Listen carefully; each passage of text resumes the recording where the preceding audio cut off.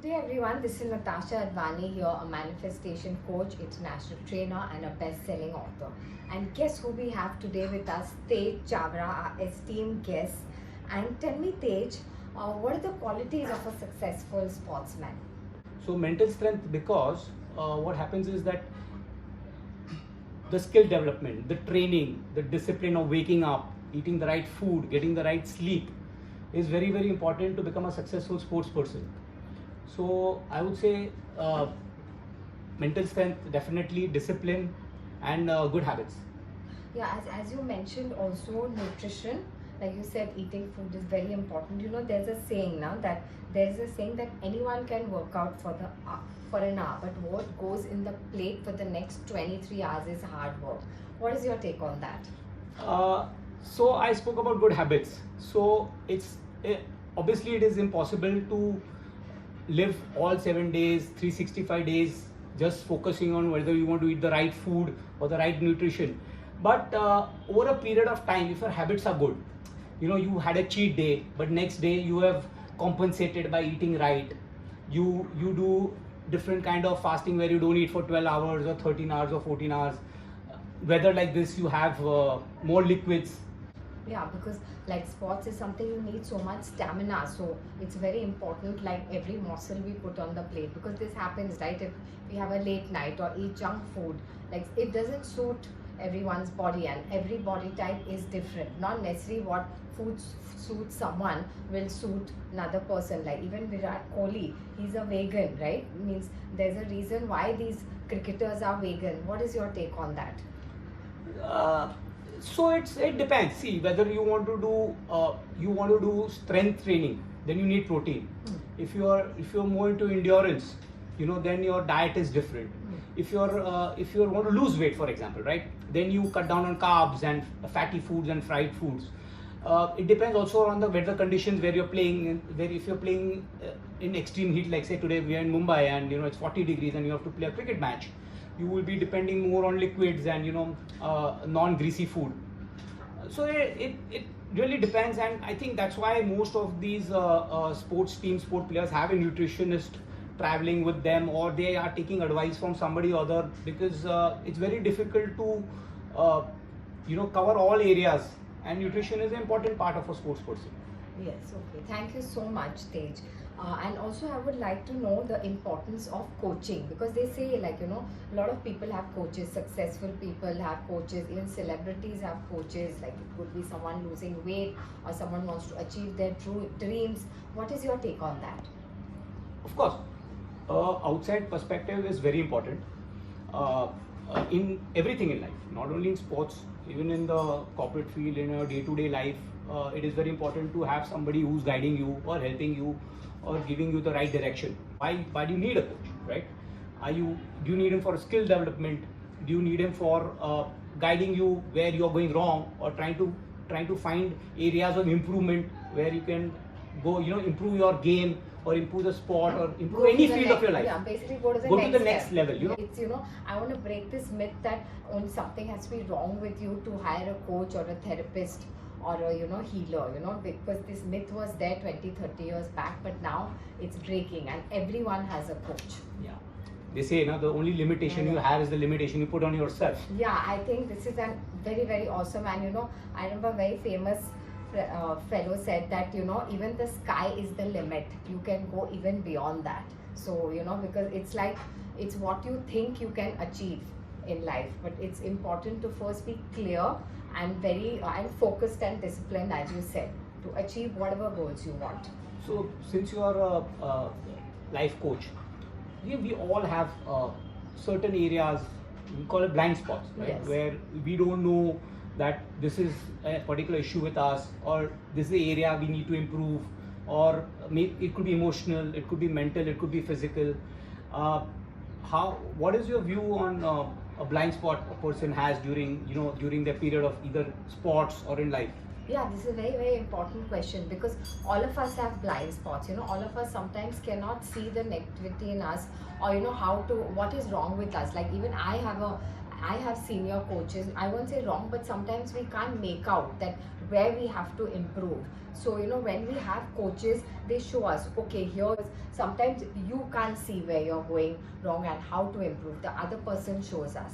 Another very important thing is power of visualization, where we visualize our dreams, and power of the mind. Because if we like I always tell people, you might work 20 hours a day, but if you have that power of belief that you cannot achieve success, or this is not possible to get, or a failure in relationships, or even a failure in health, then you're not going to help it. Because a belief system is very important. All our cells, when we talk or when we feel low, they listen. Our body listens to us, what we are going through, our daily negative thoughts. There's a saying that we have 60,000 thoughts a day, and out of that, like almost 55,000 people, it's negative. So tell me, how do you use your experiences, Tej, to help and guide people today, since you're the cricket secretary of association and you are in credit finance field, you're a big corporate person. So what advice would you give to help people? I was growing up, there was a lot of experiences. Whatever I could learn from my dad or from my teachers or from the school is what we eventually put in life, right? So coming to me being the cricket secretary, my journey with cricket started at a young age. We ended up me becoming the captain of the team. That led up becoming secretary, and it's a part and parcel of the journey, which one after the other. Actually, what, my dad was a perfectionist, and right from the early age, I always felt that whatever you're doing, you should try to reach the highest point, or try to improve and go in the best. Either it's a leadership position, or somewhere where you can contribute. And coming to the finance part of it, that also, when we were kids, everybody, all the parents want their children to come into their own businesses, and my family business was chemical trading. I was really never interested. I found it very boring. So I had an uncle who was a broker in the stock exchange, and every time I used to pass the Bombay Stock Exchange, I used to see that bull, and it used to really fascinate me, and I wanted to always go and do my own trading. That's how that journey started, and it's now been almost 15-20 years where I have been associated with the financial markets. Initially, it started just with equities, then eventually got into wealth management, and now wealth advisory. Remove time for what you love and what you enjoy doing. Yeah, that's very important. I always tell people, again, what did Tej do? He visualized, right? You like the bull, and you loved what you do. That's where I guess everyone loves money, but I think money is important. But also, I tell a lot of individuals and people that whatever profession you take, it's very important to be happy and love what you do. Because if you love what you do, there's a saying, you've never worked in your life, even one day. Because in college, we didn't even have exploration. It was like just BCom, either you get married or work in a bank, and that's about it. And I found it frankly really boring, because I didn't like banking so much. But then I chose my profession, when I was in events and I was dealing with celebrities, and that was fun for me, and I loved my work. Although I used to work 20 hours a day, it was like enjoyment. And then of course I got into the coaching field. So yes, I think that is very important thing to learn from Tej is visualize up your level. Leadership, as he imbibed from his dad, to be a perfectionist. Because children always see their parents as an ideal figure. So it's very important, even parents to think what they are talking in front of children, and to be a hero in front of them. Because for every child, the parent is a hero. For me, it was my parents. So yeah, thank you so much. So you are a professional advisor and a top person in the finance field, and as you know, money is very, very important. And so what is your take on money? Because I know about mutual funds and shares, it's always written, there's a subject to market risk, there's always ups and downs. So what is your take on that? So you should have the right attitude about money. That is the most important. A person should always have the right attitude towards money. Yes, the risk and reward is interconnected when it comes to finances. We do need professional advisors, guides, and mentors when it comes to investing, taking the right advice, going to the right people. People who are much younger should definitely focus on acquiring money. First of all, work hard, find a good career for themselves, and try to see that 10 years, 20 years, make goals, how they want to go about planning their life around it. Financial life around it is very important. Because eventually you initially are alone, but then you will get a family, then you will have to have retirement funds. So the right guidance is required, and I'm glad that I'm into advisory of wealth and this field, and I can help out people in suggesting to them and helping them how to go about their planning and finances. Yeah, especially I feel young people, because nowadays, because in our time, like when we were in college, we didn't have so many designer clothes, or mobile. I don't remember having a mobile in college. Now a lot of things have come up, so obviously youngsters want better phones, want better life, yeah, which is important. I'm not saying no, but it's very important, as he said, and even I feel, to save little bit every month. So you interact with a lot of Indian cricketers, and 𝓵𝓫 is your really close friend. So what is your journey, with them and with him? How do you? Oh, it started a long time back actually. I have been connected to cricket for more than 25 years now, and it started actually in my playing days. 𝓵𝓫 is more like a brother. See, he was the captain of the under-19 World Cup team, Indian team, which won the World Cup. Okay. And post that, he made it to the Indian team, and it was during the NatWest finals in Lords, where I was actually sitting with an English friend of mine who was obviously supporting England, and I was supporting India, and we were interacting, and India had already lost half their side, and we were chasing the highest total in those days, 300 plus, to win a tournament. So we lost half our side, the big players, and 𝓵 was batting, and he was making fun of me, saying, "Yo, why don't you leave? India has lost the game." Oh.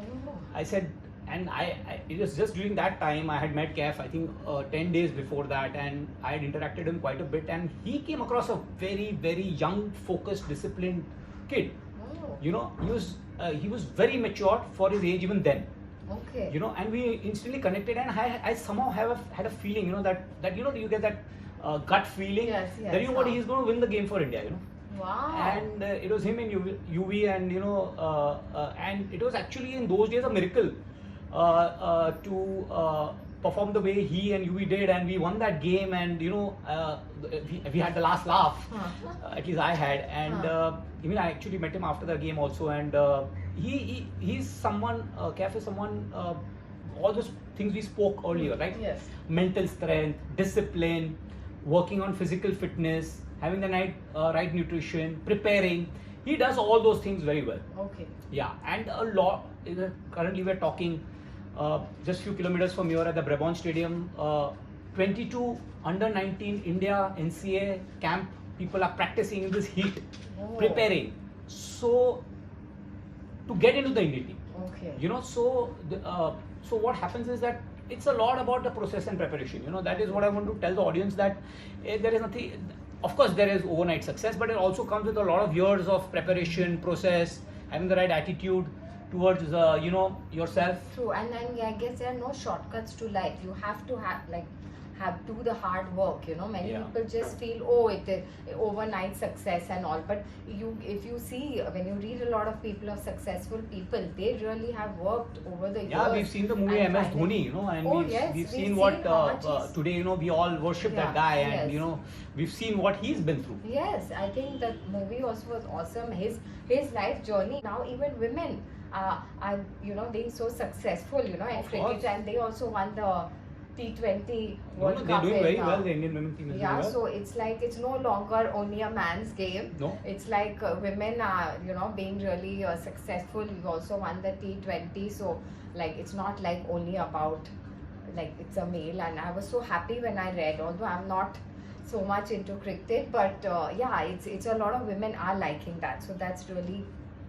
great. So can you guide me, since you know so much about finance and cricket, so can you guide young people about the creativity aspect, the corporate aspect or the sportsmanship? What do you feel? What should people choose in terms of career? How do they decide? Because I just said there's so much of like exposure to so many things and people get so confused. So what is your take on that? Yeah, of course, it's spoiled for choices. But nowadays, most of the youngsters are pretty much know which direction they want to go, you know. So it's very difficult for me to say that the person should be in the sports line or creative line or the corporate or financial line. It's again going back to most important thing is you should enjoy what you're doing. You know, as you said, a lot of people just somebody has told them that, you know what, you should become a doctor, or you know, we saw this movie Three Idiots, where you know everybody is going to the engineering college. And the guy is not even interested in engineering, interested in photography. Yes, so true, yeah. So it's very important where your skill sets are, where your heart is. You know, when it comes to career is one thing where, you know, heart is also very important, you know, rather than listening to the mind. You know, where do you want to put your focus, your time, your energy? That's very important, you know, when it comes to career. So I would recommend all the young people to really follow their heart, follow their skills, and you know, do something you enjoy doing, you know, because once you start enjoying the process of work, automatically money, success, growth, everything comes in. Yeah, I think that's a really awesome answer. You should enjoy what you do and follow your heart, and the qualities are very important. Having the right skill mindset. development is very important. You know, any work you do, you have to be skilled. Yes. See, today we are in a competitive world, you know, so you must possess skill to reach anywhere, you know, because it's not possible that luck will support you every time. Yeah, I was going to ask you that. What is your take on luck? You know, some people like he just got lucky or she just got lucky. You know, of course, it plays a big part in anybody's success. Luck, you know, to be the right place at the right time, to get the right opportunities, you know, to have the right people in your life, to have the right connections, networks. All that is very important. Luck plays a part, but there's no shortcut. Yes, there are no shortcuts. Talking, but of course, I wanted to ask you that you have been through. I know you since a long time, and you've been through a very, very hard time physically, and even, you know, dealt with a lot of things, and you come out glowing today, you know. So how have you able to cope with a disease like cancer, and you know, how have you able to also then at the same time guide people, you know, in coming out of difficult situations, you know?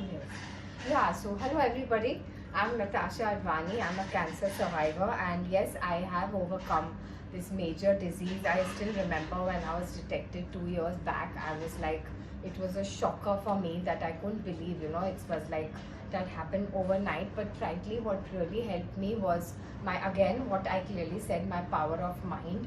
I visualized myself being healthy. I didn't, like, you know how people get scared of the word cancer. Like, for me also, it was not only scary, it was also shocking also, and more sad, because my mom had died of cancer when I was very young. So I had a lot of sad memories also attached to it. But first thing what I did is acceptance, you know, because lot of people go in denial and they can't follow the process. So I went in acceptance, and I followed, you know, the techniques what I did, power of mind, meditation. Of course, I did take medical treatment. Everything what is said here in this talk is from our conversation, but please take advice from professionals, because we are not professionals in the medical team, or you know, the specialist in nutrition or anything. Let me make that very clear. So what I used was power of mind, meditation. I used to exercise a lot. I used to visualize myself healthy, and I never used to imagine only I got the disease. I imagined and visualized myself what I would do after the disease.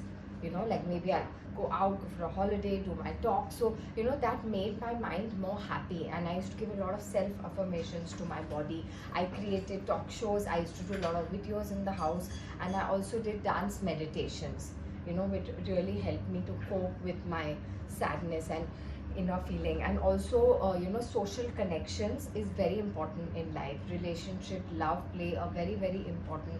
As I always believe also, the best relationship is your relationship with yourself, and also connecting with other people. Because if you're aloof and you don't connect with people, you yourself will feel low. So, you know, these things really help me. And you know, there's a saying that by Fred DeVito, that if it doesn't challenge you, it doesn't change you. So I had asked for change, and they say, you know, it never shows up the way you want it to. And yes, I have become a totally different. My identity has shifted. I have so much compassion and empathy for elders, and also, patience, because like my doctor said, you don't know till you are in that chair. I seriously didn't know that what it takes to go through the treatment, and I'm not saying it was easy. It does take a toll on your body, but the idea is you come out a winner. So that's more important. I know Sid, I spoke about relationships and love. Tej, what is your take on that, relationships and love? No, so first let me go back to what you said, and I'm glad that you were able to fight a disease like cancer. And she's right. You should go to experts. We are just interacting and just trying to give our experiences of life and talking about our journeys. But if every individual is different, their needs, their wants are different. So please, for any kind of advice on relationship, love, health, nutrition, fitness, please take advice of a professional. That's the right way to go about it. Coming to relationships, what's my view about relationships and love? My God, relationship between a mother and a child, that is love. Yeah, you're a wonderful father and husband and a son, right? You're following, like you're actually having 3 roles. So how do you handle that? No, that's it's just part and parcel of life. Nothing about it. It's just I have a very, very good bond and connection, touchwood, with my both my daughters. The fun part, the sports, the going out, the chilling stuff. Nice. Yeah. So no, it's good. It's good, and no, nothing. It's a journey. Yeah. So At the same time, create good connections and bonds with not only, I'm not talking about family, also with friends and whoever you come across. Your colleagues. I feel, because even for, like, why am I saying important social connections? Relationships are very, very important, because you can't, when you're not well also and you don't feel good about it, you want to talk to someone, you want to connect with someone. So connection is very, very important for human beings. True. Because it's just not possible to just cut off from everyone and just be on your own. So social connections is also very good health-wise. Love connections are very important. Having nice friends around you is very, very important. True, absolutely. Yeah, social connections. Thank you, Tej, for the wonderful insights and guidances you give. I think it is very, very important to be like you're an excellent sportsman. You're connected to so many sports people. At the same time, being in a corporate finance, the stress is also there, and plus to handle, how to handle work-life balance is also very important, and I guess you do it through these things. So thank you so much for giving your valuable time. And yes, I want all the viewers to go through this book, From Mess to Mesmerized by Natasha. It's very, very insightful, and this is like basic techniques, which will help a person to, again, nothing has to be wrong, but just to up your game. I feel that's very important. So thank you so much for listening to our conversation, and I would like to end by saying there's a famous quote by Gautam Buddha: pain is inevitable, but suffering is optional. As the best conversations happen in my YouTube channel called Recharge Your Life, and we had lovely insights in today's talk. But it is important to put your insights into action. So whatever we spoke today, whatever Tej spoke today, I would like to see some action that you took, and put it below in the comments. And I don't close without a free gift. So you can go to my website www.natashaadvani.com, and there's a free